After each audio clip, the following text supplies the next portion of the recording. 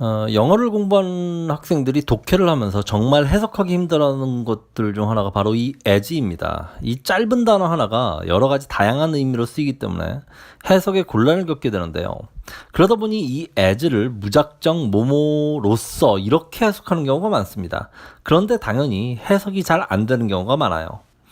as를 제대로 해석하기 위해서는 이 as가 문장 내에서 어떤 품사로 쓰였는지 파악하는 것이 첫 번째입니다.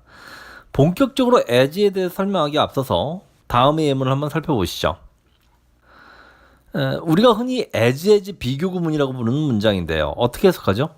너는 그녀만큼 키가 크다 이렇게 해석합니다. 근데 이 문장에는 as가 무려 2개나 들어있어요. 그런데 이 비교 구문에 있는 2개의 as는 품사가 서로 같을까요? 다를까요?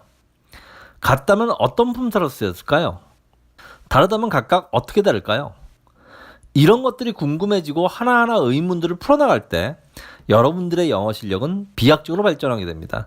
정말 별것 아닌 단순한 문법 사항들인 것 같지만 이런 품사들의 개념을 이해하고 독해에 적용하게 될 때 정말 제대로 된 해석을 할 수 있게 되고 나중에 영작이나 회화를 하게 될 때도 이런 문법에 맞춰서 글을 쓰고 말을 할 수 있게 되는 거예요.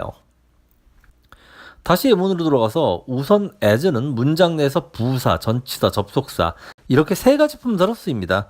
그렇다면 먼저 이 as 비교 구문에서 첫 번째 as의 품사는 무엇일까요? 만약 이 as가 전치사라면 뒤에 목적어가 뒤따라야 하죠. 하지만 as와 as 사이에 목적어 자리에 올 수 있는 명사와 대명사가 보이지 않습니다. 그리고 명사구와 명사절 역시 보이지 않죠. 전치사의 목적어가 될 수 있는 명사구는 동명사, 명사절은 whether절과 의문사절이 있죠. 그런데 첫 번째 as 뒤에 이런 것들이 뒤따르지 않습니다. 만약 첫 번째 as가 접속사라면 as와 as 사이에 주어 동사가 뒤따라야 하죠. 그런데 주어 동사 역시 보이지 않습니다. 그렇다면 부사일까요? 만약 부사라면 동사 수식, 형용사 부사 수식, 문장 전체 수식의 부사 중 어떤 역할을 하게 될까요? 형용사 부사 수식의 역할을 할 수 있죠. 부사는 보통 형용사와 부사 앞에서 이들을 수식합니다. 구조적인 시각에서 볼 때 부사 as가 형용사인 to를 수식 한정하는 것으로 보입니다. 부사 as 의미에 대해서는 좀 뒤에 살펴보도록 하고요. 이번에는 두 번째 as가 어떤 품사로 쓰였는지 살펴보도록 하죠. 이 두 번째 as 뒤에는 목적격 대명사인 her가 뒤따르고 있습니다. 따라서 as를 전치사로 간주하기 쉽습니다. 그런데 여기서 as는 전치사가 아니라 접속사예요. 좀 이상하죠? 이게 왜 전치사가 아니라 접속사야? 이 문장은 원래 You are as tall as she is tall 이 문장을 줄인 것입니다. 여기서 접속사 as는 뭐뭐뭐만큼으로 해석하고 부사 as는 꼭 그만큼으로 해석합니다. 그러니까 너는 그녀가 키가 큰 것만큼 꼭 그만큼 키가 크다 이렇게 해석하는 거예요. 그런데 여기서 뒤에 is tall이 의미상 중복되기 때문에 생략해버리고 You are as tall as she 너는 그녀만큼 꼭 그만큼 키가 크다 이런 해석과 형태를 가지게 되는 것입니다.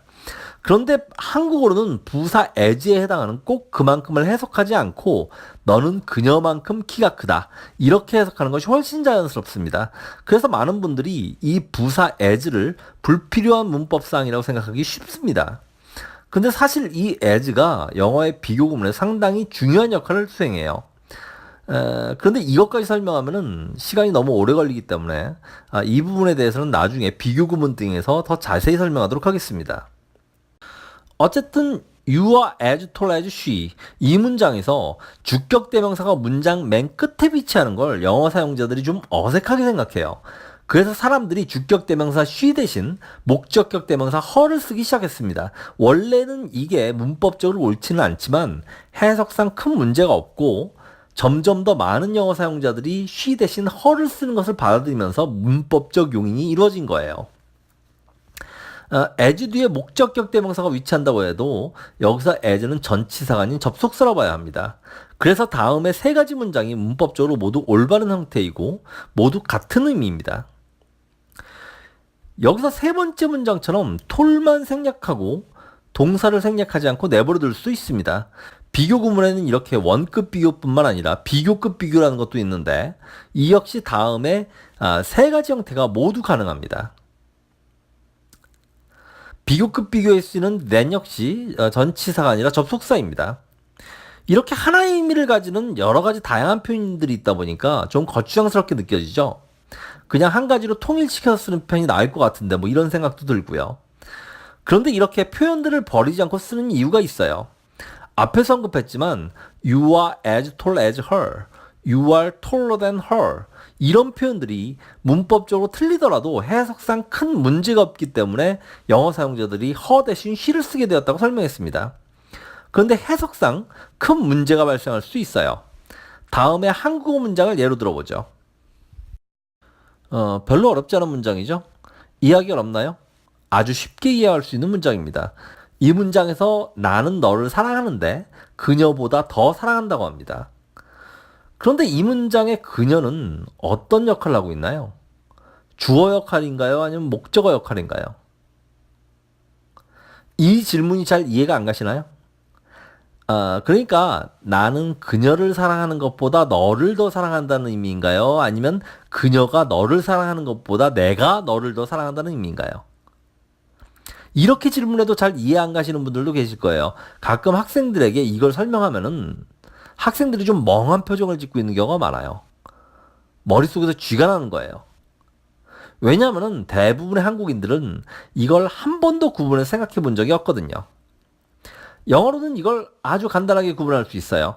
나는 그녀를 사랑하는 것보다 너를 더 사랑해는 I love you more than her 이렇게 말하면 되고, 그녀가 너를 사랑하는 것보다 내가 너를 더 사랑해 이거는 I love you more than she 또는 I love you more than she does 이렇게 말하면 됩니다. I love you more than her는 I love you more than I love her에서 뒤에 I love가 의미상 중복되기 때문에 생략된 거예요.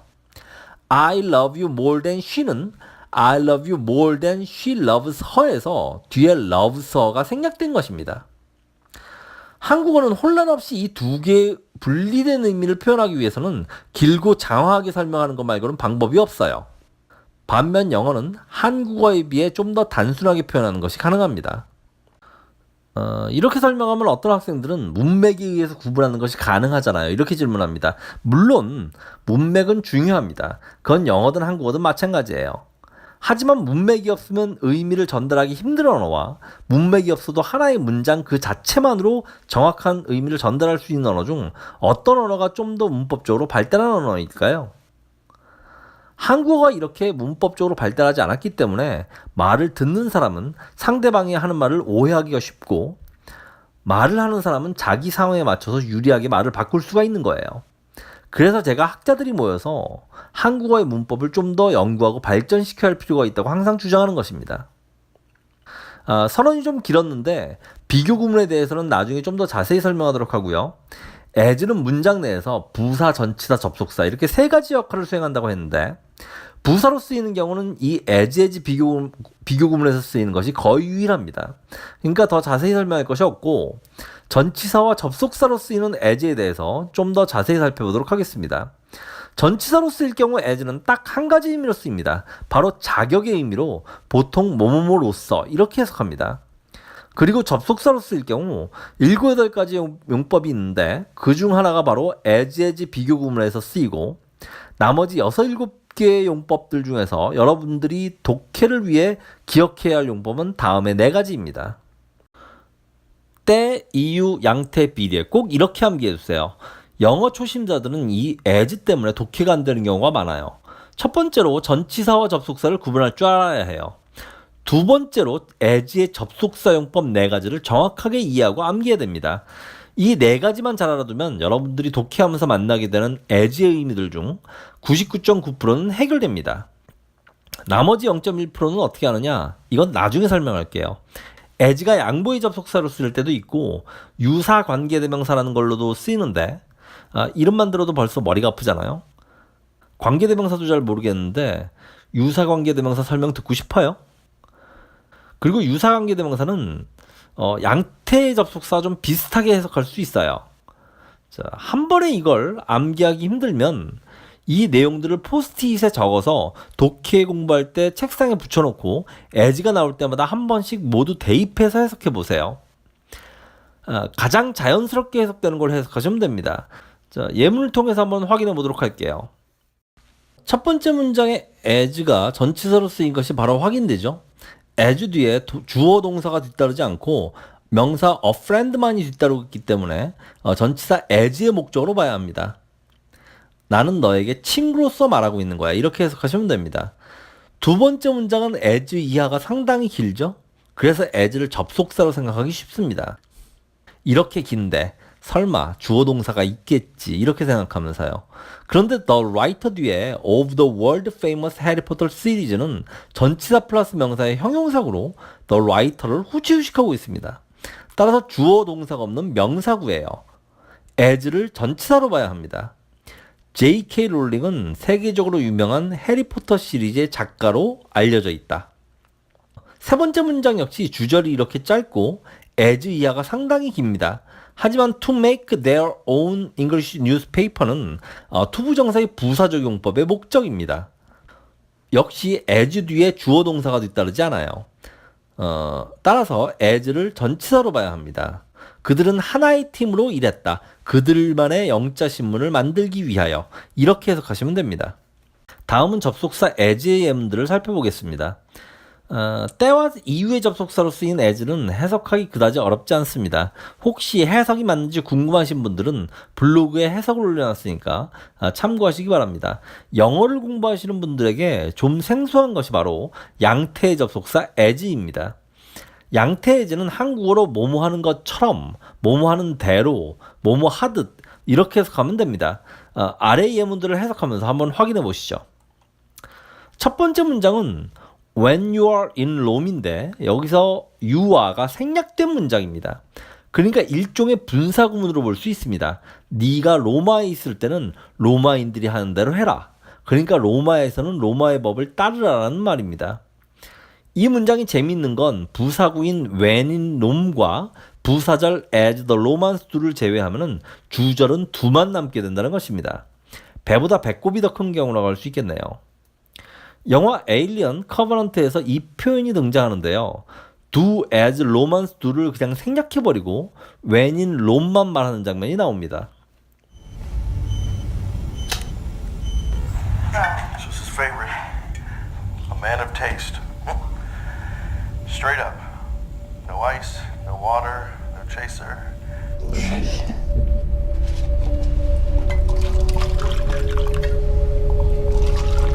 Walter, when in Rome. To all the good people gone too soon. May we remember them. Remember them.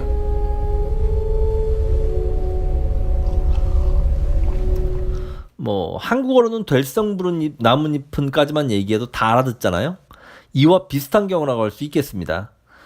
두 번째 문장은 leave everything, 모든 것을 내버려 두세요. just as you found it, 당신이 그것을 발견한 딱 그대로.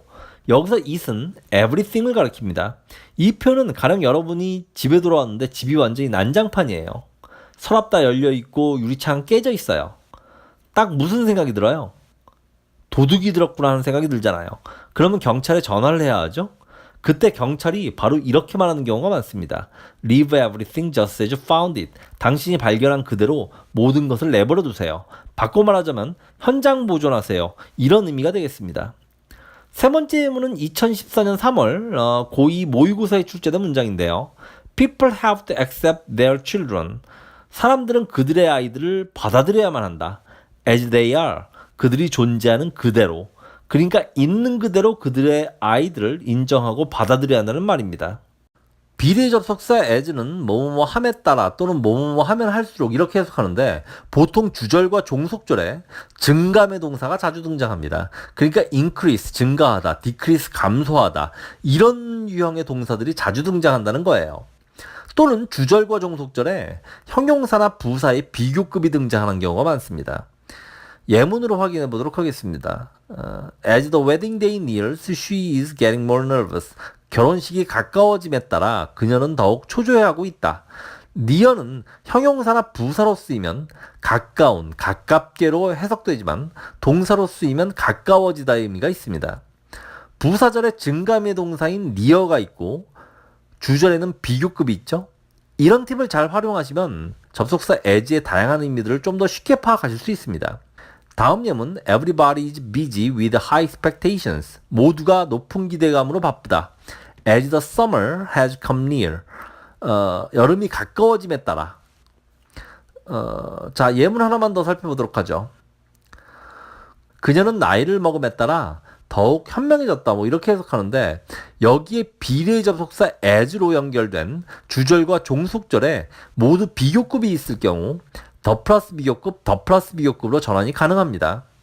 접속사 as를 생략하고 주절과 종속절의 비교급에 모두 정관사 더를 붙이고 각 절 앞으로 이동을 하죠. 그래서 the older she grew, the wiser she became 이런 형태로 전환이 됩니다. 자, 이렇게 해서 Back to the Grammar 1장 팔품사의 개요에 대한 설명이 모두 끝났습니다. 팔품사의 개요는 제가 학생들에게 영어를 가르칠 때 가장 먼저 설명하고 가장 공들여서 설명하는 장입니다. 사실 이 팔품사의 개요만 잘 익혀두셔도 여러분들이 앞으로 영문법을 공부할 때 굉장히 큰 도움을 받을 수 있을 거예요. 이후 강의에서 이 팔품사의 개요에서 배운 내용들을 종종 언급하게 될 것입니다. 사족처럼 몇 가지 더 설명할 내용들이 있긴 한데 아주 중요한 내용은 아니기 때문에 동영상 강의로 설명하기보다는 블로그에 올리도록 하겠습니다. 확인해 주시기 바랍니다. 다음 강의에서는 2장 문장의 형식으로 넘어가기에 앞서서 영어에서 발음이 가지는 중요성에 대해서 한번 알아보는 시간을 가져보도록 하겠습니다. 시청해 주셔서 감사합니다.